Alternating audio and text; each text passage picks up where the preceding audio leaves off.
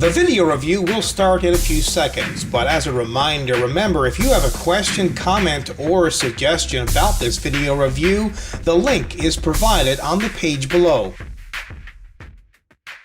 Hello again, I'm Rodney Reynolds from 3DGameMan.com and welcome to another video review. Today I'm looking at the SilverStone Strider Evolution 1200W Modular Power Supply. It's probably one of the very best looking power supply boxes to date. Gorgeous. Look at all this gold all around it. Besides that, there's lots of useful stuff like pictures of the product, as well as plenty of features and specifications. So let's see what is included. A user's manual. This is basically a specifications booklet. Shows you all the details about the power supply. A box which has the power cord in it. Notice how there's lots of good quality styrofoam, and this will help keep the power supply in place during transportation. A bag which has cable tie downs and as well as Velcro tie downs, and 4 thumb screws as well as 4 regular black screws, modular leads. And they also include a magnetic fan filter. More modular leads here as well. Of course, this is an entirely modular power supply, but they have these attached to the power supply.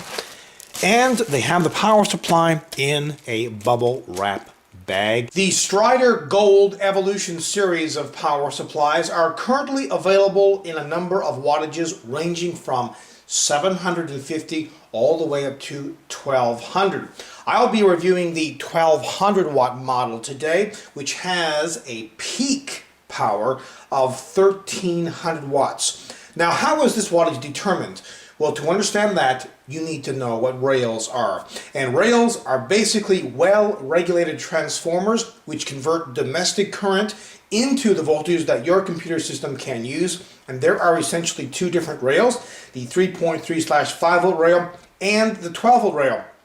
Now in this particular case, the approximate maximum peak output of the 3.3/5 volt rail is 150 watts and the 12 volt is 1200 watts, which is essentially how the wattage of this power supply is determined. The 3.3/5 volt rail is responsible for the motherboard, memory, PCI cards, and so on, while the 12 volt rail is responsible for the hard drives, optical drives, fans, CPU, video cards, etc.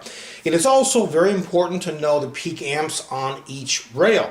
The plus 3.3 volt and the plus 5 volt rails are 25 amps each, and the single plus 12 volt rail is a very impressive 100 amps. There are a number of important things to remember when selecting a power supply. The first is wattage. You need to determine how much wattage you are going to require by the amount of hardware that you will be installing.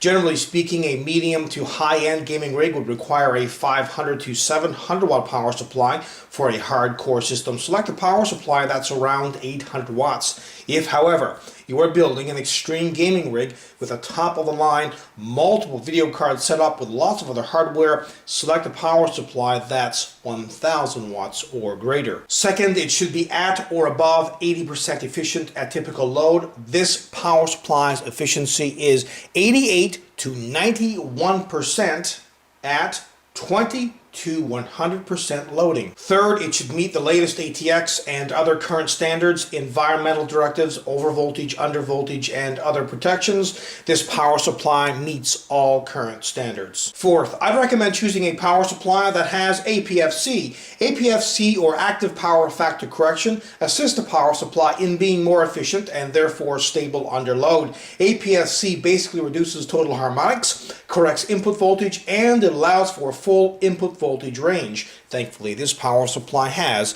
APFC. Fifth, there are three main certifications: AD+, NVIDIA SLI, and ATI Crossfire. Many of today's high-end power supplies meet one or more of these certifications. This power supply is certified to meet NVIDIA SLI, ATI Crossfire, and AD+ Gold requirements. Sixth, look for a power supply that uses Japanese capacitors. This ensures a much more reliable product than a power supply with low-grade capacitors. Thankfully, this power supply uses Japanese brand capacitors. Finally, get a power supply that has enough leads for your setup. Also consider a power supply that has a modular design, because this reduces the cable mess inside of the case. It's also important to get a power supply with an excellent warranty, and this power supply comes with a 5-year warranty. Now, earlier I mentioned that they include a removable magnetic dust filter. It has magnets, so all you need to do is place it on top and it stays in place. This is basically designed for cases that do not come with power supply dust filters. And let's face it, if you have your power supply installed at the bottom of the case, it's going to intake a lot of air, and because it's down there, it's probably, on a hardwood floor or on some other surface, and it's going to intake a fair amount of dust. So you do need to have a fan filter on your power supply. You do not want dust getting inside of the power supply. Now let's have a closer look at the power supply. It comes with black scratch resistant lead-free paint. The housing is steel. They include a very quiet 139mm air penetrator fan with fluid dynamic bearing, and it's also recessed, so you can pretty much fit this power supply in just about any case that's on the market. This fan and the many ventilation holes ensures that the power supply will remain cool in almost any environment. Here's the power cable connection, but note that there's no power switch. This power supply has lots of sleeved leads, and they are all modular. This is a 100% modular power supply, and that is something you don't see a lot. A lot of manufacturers might say that they have a modular power supply, but in a lot of cases, the main motherboard leads are hardwired into the power supply. Well, not this one. This one is 100% modular. And this modular design means that you only need to use the cables required for your particular setup, which reduces the cable mess and thus increases airflow inside the case. Finally, have a listen to the 139mm fan.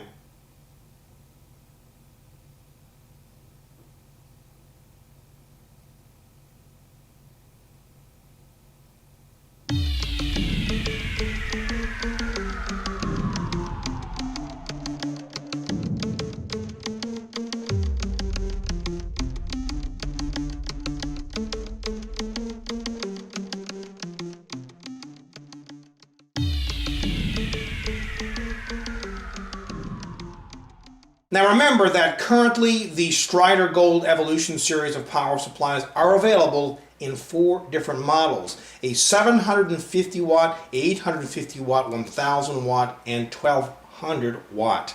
So you've got a wide range to choose from, which is fantastic, because not everyone will want to have a 1200 watt power supply, or for that matter, can't afford a 1200 watt power supply. Well, if you can't afford it and if you don't need it, well, there's no point in having it, is it?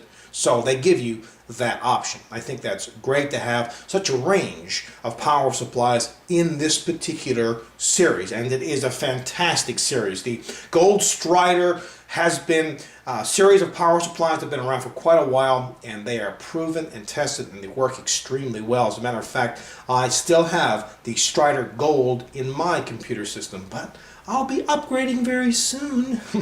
Overall, though, all things considered, it comes with a fantastic paint job, a great fan, tons of technologies and features. The only thing that I would complain about on this power supply would be the lack of a power switch. But not a big deal, because you can yank the power cord if need be. But that would have been the icing on the cake. However, all things considered, this is an amazing power supply and undoubtedly a 100% kick-ass product. Until next time, take care.